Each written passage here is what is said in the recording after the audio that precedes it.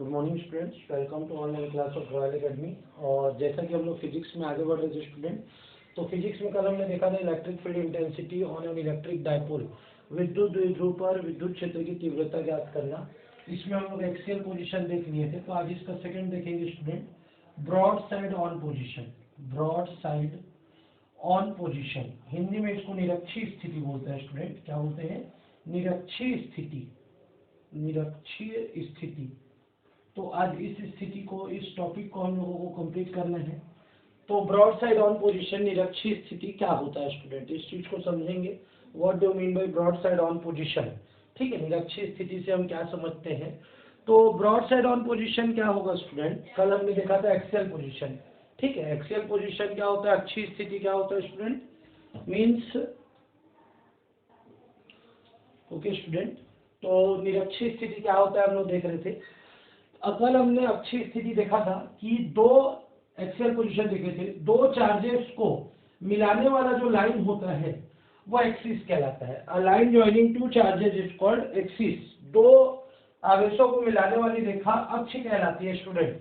तो यदि electric field intensity, ठीक है, यदि इलेक्ट्रिक फील्ड इंटेंसिटी एक्सिस के परपेंडिकुलर में फाइंड किया जाए, अगर इलेक्ट्रिक फील्ड इंटेंसिटी एक्सिस के परपेंडिकुलर में फाइंड किया जाए तो इसको क्या बोलते हैं, broad side on position.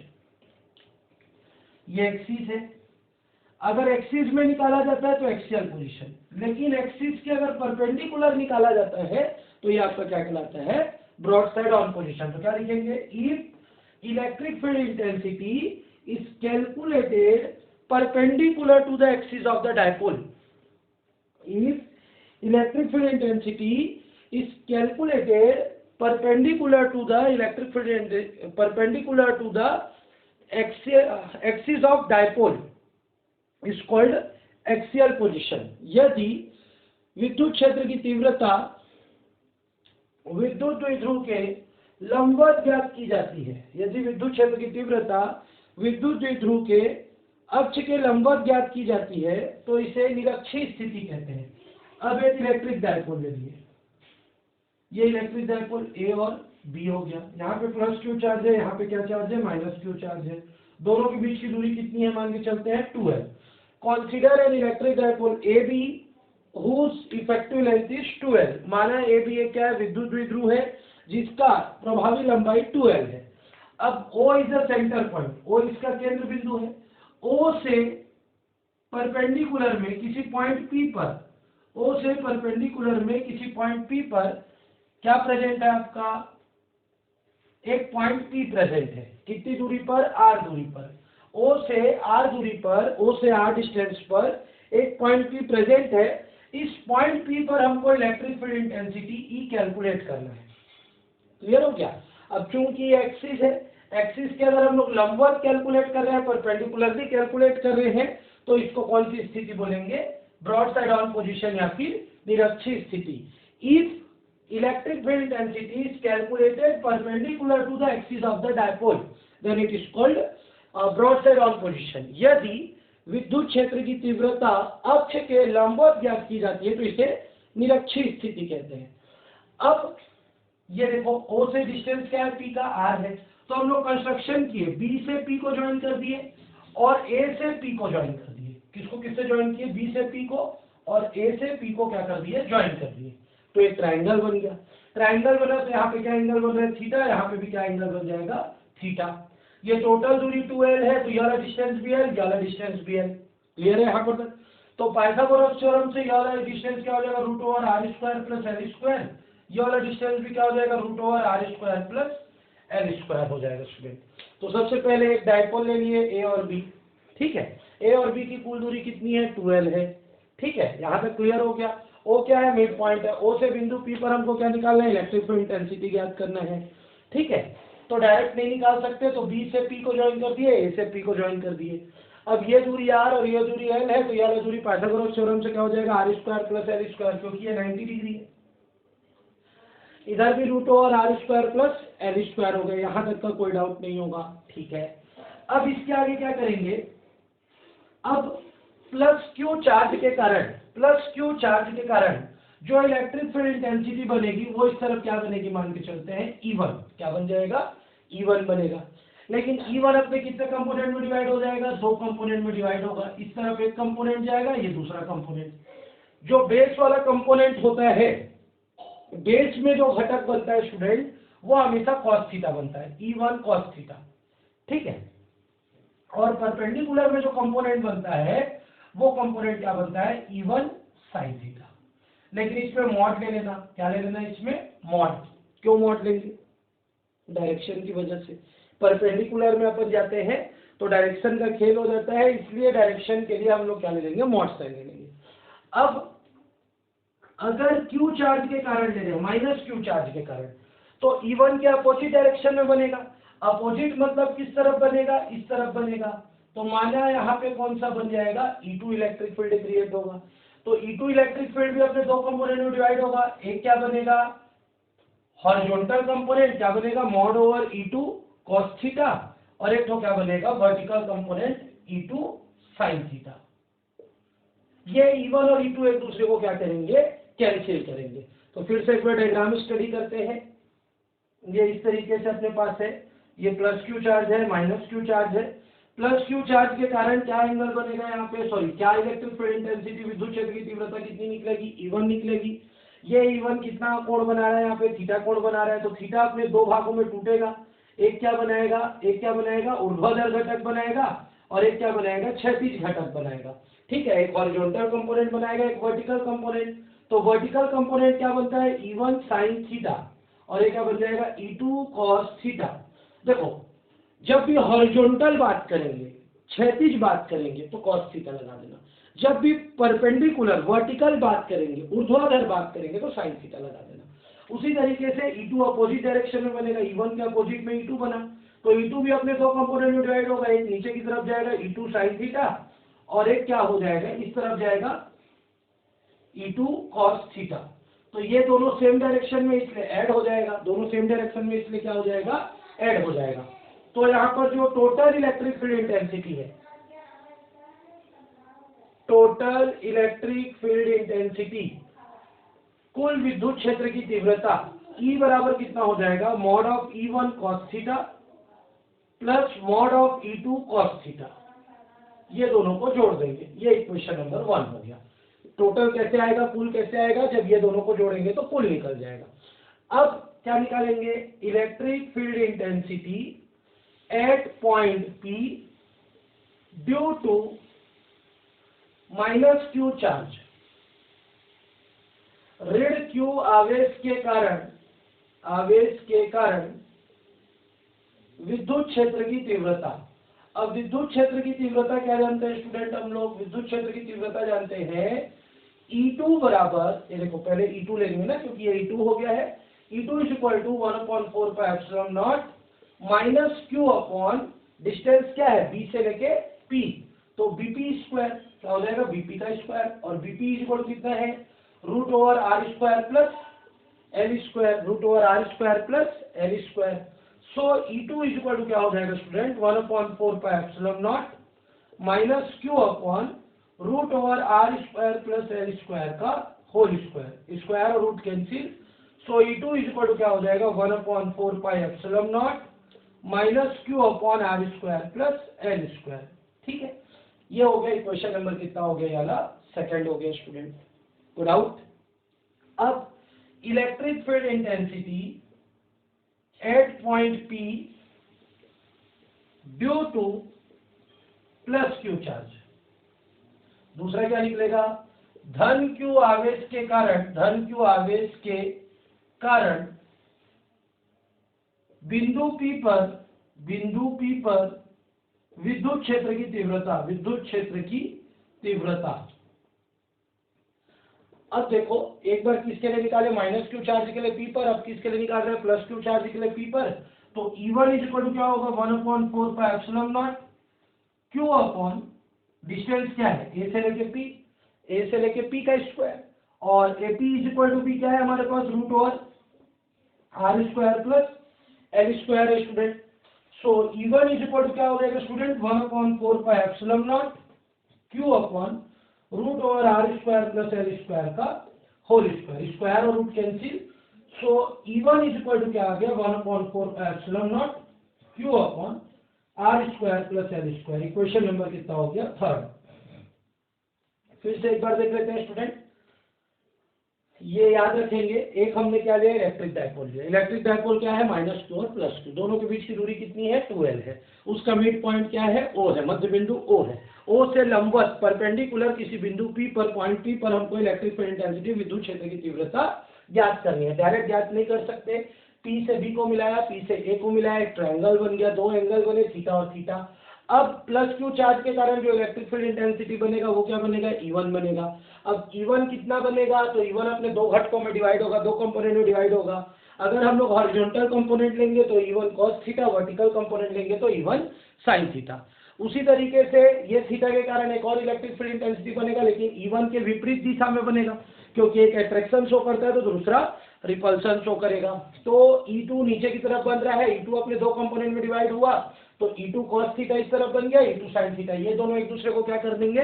Cancel. तो टोटल इलेक्ट्रिक फील्ड इंटेंसिटी कितना आ जाएगा? कुल कितना आ जाएगा? E1 cos theta plus E2 cos theta.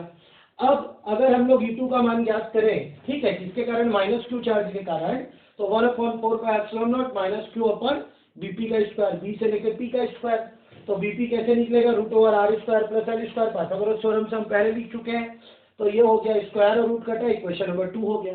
फिर A +Q चार्ज के कारण पॉइंट P पर अगर हम लोग को इलेक्ट्रिक फील्ड इंटेंसिटी निकालना है तो 1/4 Q अपन A से लेकर P का स्क्वायर, और AP बराबर कितना है? √r² प्लस एल स्क्वायर है। ये वाली वैल्यू को फिर पुट करेंगे, square root cancel, equation number third. अब थर्ड और सेकंड को अगर आप देखोगे, सेकंड और थर्ड को देखोगे तो दोनों की वैल्यू बराबर दिख रही है, लेकिन दोनों में एक चीज का अंतर है। एक में क्या साइन है आपका? माइनस, और एक में क्या साइन है आपका? प्लस। बाकी दोनों सेम है, एक में माइनस और एक में प्लस का मतलब है। तो फ्रॉम इक्वेशन 2 and 3, समीकरण 2 तथा 3 से E1 बराबर E2 है, लेकिन कब? जब क्या लगा देंगे? मॉड। E1 बराबर E2 है, लेकिन कब बराबर है? जब क्या लगेगा? मॉड लगेगा। दोनों का मान बराबर दिख रहा है, बस प्लस और माइनस का अंतर है। तो यदि हम लोग मॉड लगा देते हैं तो ऋणात्मक भी किसमें परिवर्तित हो जाता है? धनात्मक में परिवर्तित हो जाता है। तो E1 बराबर E2 हो गया, तो यहाँ पर E2 की जगह क्या लिख सकते हैं? E बराबर mod over E1 cos theta plus mod over E1 cos theta. E2 की जगह E1 लिखा गया, तो E बराबर कितना हो जाएगा? 2 mod over E1 cos theta हो गया।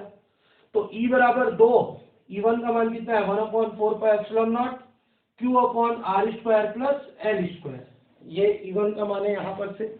और हमारे पास cos थीटा, cos थीटा मतलब क्या होता है? Base upon hypotenuse. बेस क्या है? एल। हाइपोटेनस क्या है? √r² plus L square. कोई डाउट यहाँ तक? तो E इज इक्वल टू आ जाएगा 1/4 2QL, क्या लिख सकते हो? स्मॉल p, क्या लिख सकते हो? 2QL की जगह में p लिख सकते हो, अपॉन ये एक और एक आधा। तो अब आगे याद रख लेना, एक प्लस आधा मतलब होता है 1.5, और 1.5 को हम लोग लिख सकते हैं 3/2। 2 एकम 2 और 1 3/2। तो याद रखेंगे, एक प्लस आधा मतलब 3/2, 1 प्लस हाफ 3/2।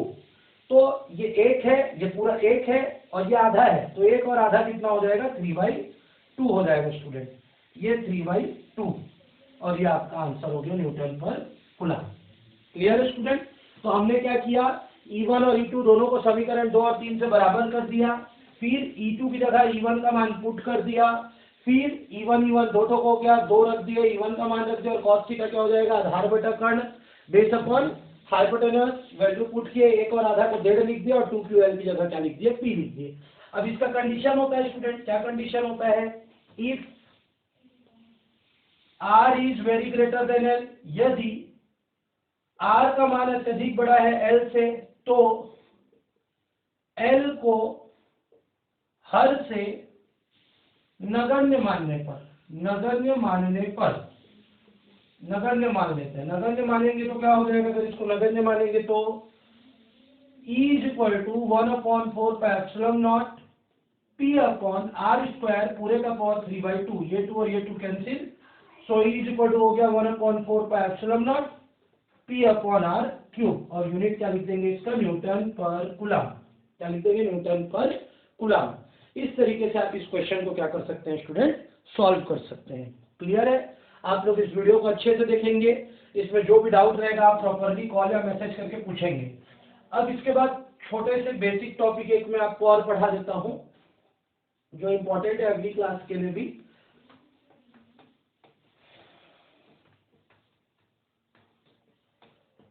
पहला टॉपिक है student area vector. Area vector, क्षेत्रफल सदिश। क्षेत्रफल सदिश, एरिया वेक्टर। एरिया वेक्टर या क्षेत्रफल सदिश क्या होता है, a vector drawn perpendicular to any surface is called area vector. ये एक सरफेस है, इस सरफेस के परपेंडिकुलरली, एक सरफेस के अगर परपेंडिकुलरली लंबवत हम लोग क्या करते हैं, सदिश खींचते हैं। किसी सतह के लंबवत यदि एक सदिश खींचा जाता है तो इस सदिश को क्या बोलते हैं, क्षेत्रफल सदिश बोलते हैं। क्या, a vector is drawn perpendicular to any area is called area vector. जैसे ये हमारा एक क्षेत्रफल है, इसके लंबवत चाहे किसी भी दिशा में अगर हम लोग क्या करते हैं, वेक्टर परपेंडिकुलरली आरेखित करते हैं, खींचते हैं, तो ये वेक्टर क्या कहलाता है, एरिया वेक्टर कहलाता है। इसको जनरली ds साइन से डिनोट करते हैं, कई बार da से भी अपन डिनोट कर सकते हैं। एरिया वेक्टर मींस क्या होगा, vector drawn perpendicular to any surface is called area vector. किसी सतह के लंबवत यदि एक सदिश खींची जाए तो उस सदिश को स्थिति सदिश बोलते हैं। ये ऐसा इस तरीके से होता है स्टूडेंट, क्लियर है? ये इस तरीके से perpendicular, a vector drawn perpendicular to any area is called area vector. ठीक है, इसका मतलब क्या होता है, यदि कोई सा एक सदिश लेते हैं तो उसमें इलेक्ट्रिक फील्ड किस दिशा में निकलेगा, उसकी दिशा ज्ञात करने के लिए इसका उपयोग किया जाता है, डायरेक्शन फाइंड करने के लिए। नेक्स्ट आ जाता है continuous charge distribution. Charge distribution, सतत आवेश वितरण। क्या होता है, सतत आवेश वितरण।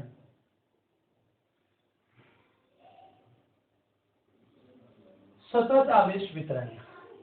अब अगर हम लोग कोई सा भी एक लाइन लें, कोई सा भी एक एरिया लें, या कोई सा भी एक वॉल्यूम लें, मतलब यदि हम लोग कोई सा भी एक चालक ले लेते हैं, वो किसके रूप में रहता है, रेखा के रूप में रहता है, ठीक है, या एक क्षेत्रफल के रूप में रहता है, या आयतन के रूप में रहता है, मतलब वो लाइन रहता है, एरिया रहता है, ठीक है, या फिर आपका वॉल्यूम रहता है, किसी भी प्रकार का है।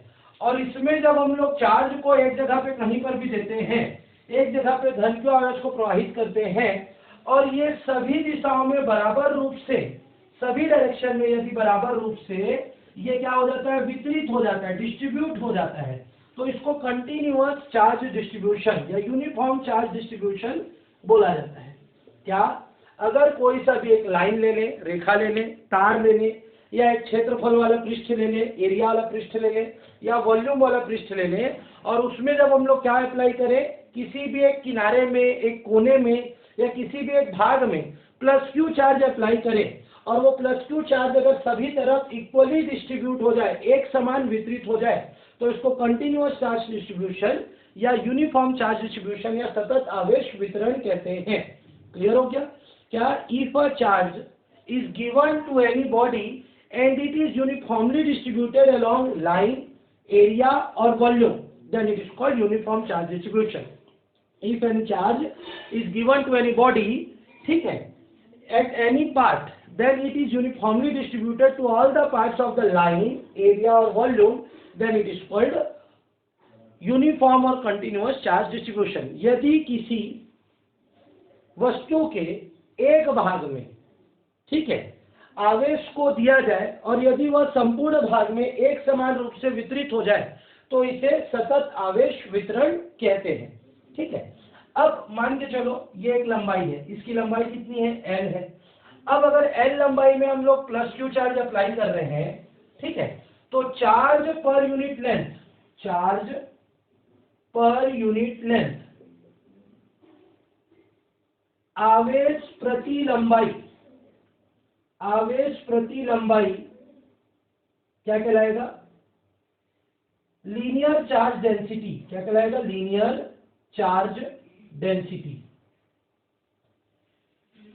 रेखीय आवेश घनत्व क्या कहलाएगा? रेखीय आवेश घनत्व। और इसको डिनोट करेंगे स्टूडेंट लैम्डा से, तो लैम्डा इज इक्वल टू हो जाएगा क्यू अपॉन एल, और छोटा मान लेंगे तो लैम्डा इज इक्वल टू क्या हो जाएगा? D q upon D L, अगर छोटा मान ले रहे हैं तो।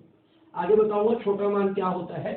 तो याद रखेंगे, अगर हम लोग क्या ले रहे हैं? तार ले रहे हैं, उस तार की लंबाई कितनी है? एल है। एल लंबाई वाले तार में अगर प्लस क्यू चार्ज अप्लाई कर रहे हैं, सब तरफ प्लस क्यू चार्ज बढ़ गया। तो यदि हम लोगों को किसी एक छोटे क्षेत्रफल का क्या निकालना है? छोटे से लंबाई का आवेश निकालना है, तो उसको रेखीय आवेश घनत्व लीनियर चार्ज डेंसिटी बोलेंगे, और उसका डेफिनेशन क्या होगा? Charge per unit length is called linear charge density. प्रति एकांक आवेश, प्रति एकांक लंबाई में उपस्थित आवेश को क्या बोलेंगे हम लोग? रेखीय आवेश घनत्व बोलेंगे, और लैम्डा की वैल्यू क्या हो जाएगी? क्यू अपॉन एल के बराबर हो जाएगी। इसी तरीके से इसके लिए डेफिनेशन निकालेंगे तो क्या हो जाएगा? Charge per unit area, per unit area प्रति एकांक क्षेत्रफल में उपस्थित आवेश, या आवेश प्रति एकांक क्षेत्रफल में, क्षेत्रफल में माना इसका क्षेत्रफल कितना है? ए है या एस है, तो ये क्या हो जाएगा स्टूडेंट? Surface charge density. क्या हो जाएगा? सरफेस चार्ज डेंसिटी पृष्ठीय आवेश घनत्व। क्या हो जाएगा? पृष्ठीय आवेश घनत्व। और पृष्ठीय आवेश घनत्व को हम लोग किससे डिनोट करते हैं स्टूडेंट? सिग्मा से। किससे डिनोट करते हैं? सिग्मा से। तो सिग्मा की वैल्यू हो जाएगी student, sigma is equal to q upon s. अगर हम लोग क्यू चार्जेस में अप्लाई किए तो क्यू अपॉन एस हो जाएगा, या अगर छोटा वैल्यू ले तो सिग्मा इज इक्वल टू क्या हो जाएगा? D q upon D S हो जाएगा स्टूडेंट। ठीक है। इसी तरीके से अगर इसको लिखते हैं, charge per unit volume, per unit volume आवेश प्रति आयतन, एकांक आयतन में उपस्थित आवेश को हम लोग क्या बोलते हैं स्टूडेंट? क्या बोलते हैं स्टूडेंट? सॉरी, क्या बोलते हैं? आपका वॉल्यूम चार्ज डेंसिटी। क्या बोलेंगे? वॉल्यूम चार्ज डेंसिटी, आयतन आवेश घनत्व। ये सारा मान आपको याद रखना है, आवेश घनत्व।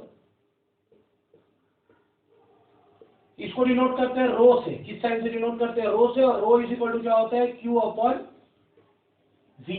माना इसका आयतन वी और क्यू चार्ज अप्लाई किए, या छोटा वाला वैल्यू लेंगे तो रो इज इक्वल टू क्या हो जाएगा? D q upon d v हो जाएगा स्टूडेंट। इस तरीके से आप क्या कर सकते हैं? वैल्यू को कैलकुलेट कर सकते हैं। अगर इसमें कुछ भी डाउट रहेगा तो आप मैसेज या कॉल करके पूछेंगे। डाउट क्लास में इसका डाउट को क्लियर करेंगे स्टूडेंट। Thank you.